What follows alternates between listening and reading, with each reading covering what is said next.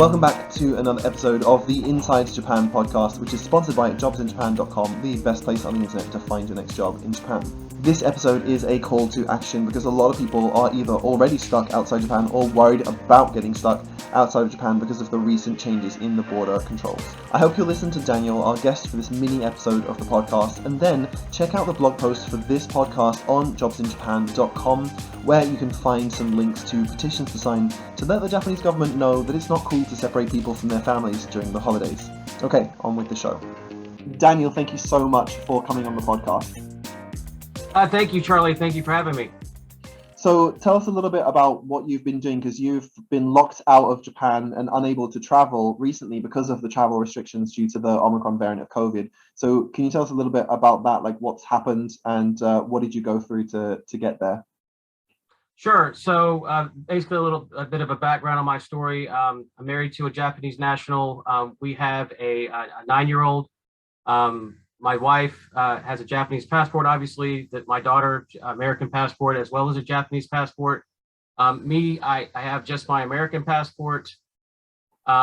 Basically, we've been planning on visiting family and friends in Japan for quite some time. And when it came to us taking this trip, we were plotting this thing out, months and months in advance, and started to get September, October. Let's go ahead and do it. I think around that time, the Prime Minister of Japan may have changed. There may have been a new one, and it seems like he was trying to be very, friendly towards getting the country back open.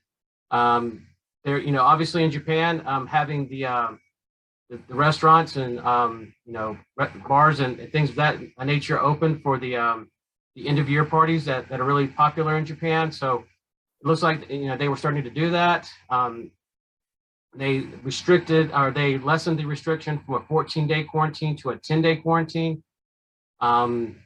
It was looking really, really positive. Obviously, there was a lot of hoops that we had to jump through. So we were working really closely with the local consulate. For me, the consulate is in Michigan, so not too far from where we live in Ohio. Normally, as an American passport holder, we can just book our flight, and it's a visa free, take your trip. But in this particular case, we had to. In my case, I had to take fill out paperwork for a visa, and this was a major ordeal because it wasn't that I could just go for the sake of going. It wasn't because I could go because my spouse was a Japanese passport holder. It was I had to have a sponsor there in Japan. Somebody's address, somebody that was going to vouch for me, and that sort of thing. And there was a lengthy amount of paperwork and a lot of doing things. Didn't do it well enough in advance. You may have missed your chance to catch your flight. So they put a lot of extra hurdles in your way, a lot of extra things that you need to do, like including getting someone on the other end to vouch for you. But then when did you find out that you, even with the visa that you'd already secured, that you wouldn't actually be able to travel? And what did they say about that? Has there been any updates or any extra information from either the government or from your travel organization that helps you figure out, okay, what can I do next? What can I do about this? Yeah, I think for a lot of us, we were kind of blindsided. Here in America, Thanksgiving, the fourth Thursday of November, I was actually down in my hometown of South Carolina visiting with everyone. We dedicated Thanksgiving to visit, family in the United States, and we had dedicated Christmas, the winter break, what in many cases, nearly all of December for visiting family in Japan. So when I was down in South Carolina, it was like, hey, have fun in Japan, enjoy your trip. I was reaching out to people, putting plans together. Had a lot of students that I used to work with my small business here in Ohio that are now back in Japan that we were looking forward to getting together. And next thing you know, I think it was Monday the 30th, where basically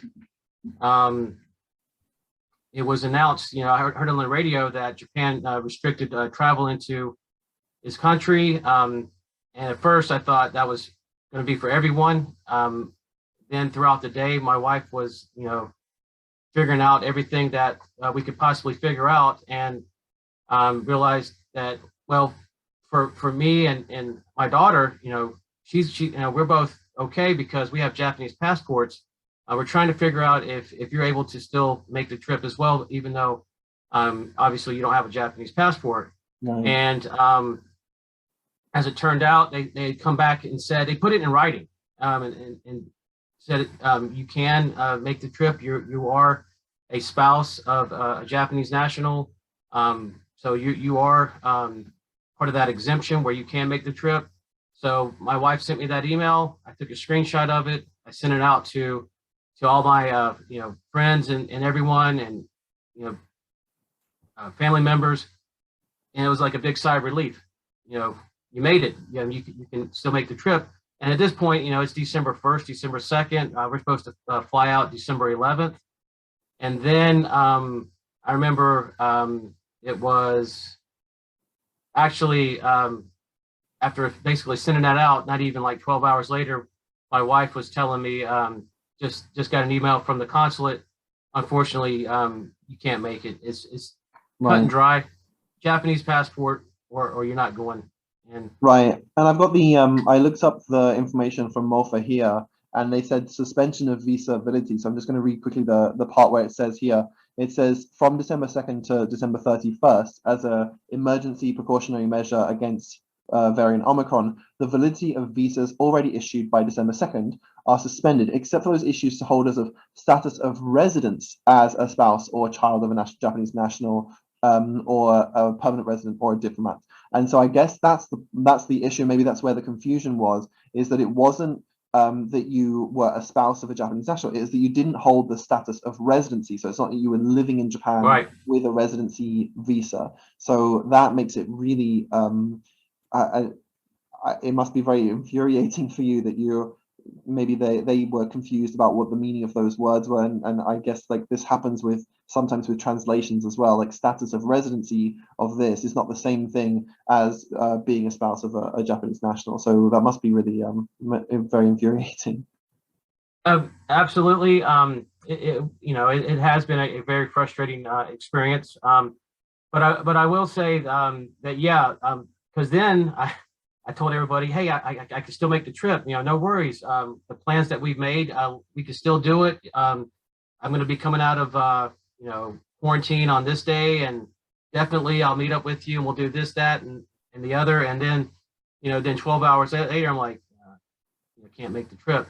Yeah. So basically, they were like, but no, they said you could, and they were like you. They were telling me, they were looking up stuff, and they were sending me line messages and things of this nature. And I'm like, yeah, but I don't have I don't know the correct term, gaijin card.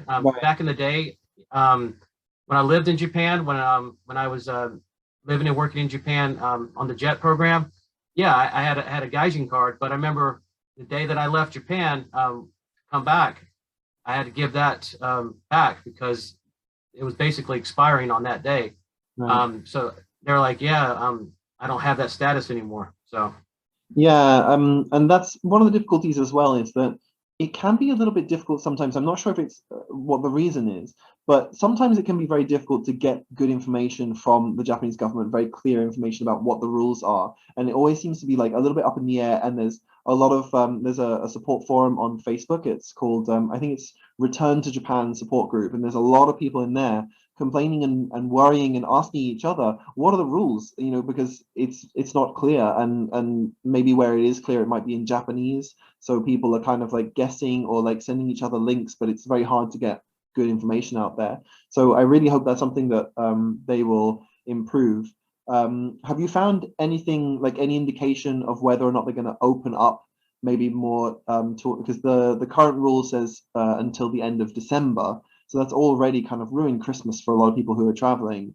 What about in January or February? What about people who have jobs in Japan that they need to come back for their work, do you think there'll be any issues with those kind of people, or people who've maybe had visas approved but have had them cancelled? Do you see anything changing with that in January or February, based on what you've seen? Yeah, well, from what I've heard, my wife and daughter are currently in Japan. They're currently doing the quarantine. We talk on a regular basis, and so last night here in Ohio, I asked her, I was like, "Have you heard anything on the news about the Omicron variant? Just continuing to disrupt, travel? Are they still sticking to the 30-day restriction?" And she said, "Oh yeah, I just heard earlier today that they're going to be extending the restriction as it currently is into January, but they don't know as to when that's going to." They didn't give a date, so I think they're buying time to maybe extend it for another 30 days, but they really didn't say. I know that it is very frustrating. When you're trying to get as much information as clearly as possible. I will say that the consulate that is close to us, and that is the Detroit consulate, they've been very, very helpful. Mm-hmm. They've been very, very empathetic. They were very, understanding. Very, very sorry that our family was being disrupted because of the situation. Right. You're right. It is very frustrating. Of any time of the year, you want to be with family at home at Christmas, and that's not going to happen for our family.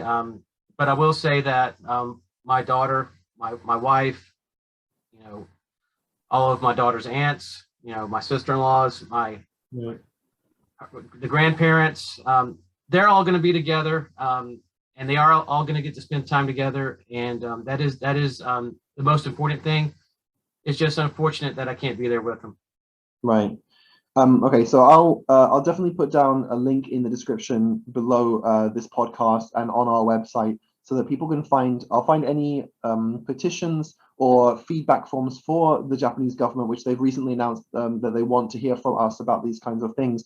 I don't know if it's going to make any difference, because I know there's a lot of things that go into these kind of decisions, but I'll put it down there. So anyone out there who wants to support people like Daniel who have been affected by this, and also for themselves, if you're married to a Japanese person or you're trying to get back into the country, I would say please go ahead and write in to those petitions and to those government forms, because we want to get as many people like that. We don't want to disrupt people's lives. We want to make sure that they can go where they need to go. And I hope that we can sort of calm this down a little bit coming into the new year, because I don't want to get stuck in England as well. You can see my background. It's not my usual background. I'm at my parents' place in the UK, so I hope I can get back into Japan in January as well. So Daniel, thank you so much for coming on the podcast and telling us about your experience. Thank you, Charlie. You have a great day.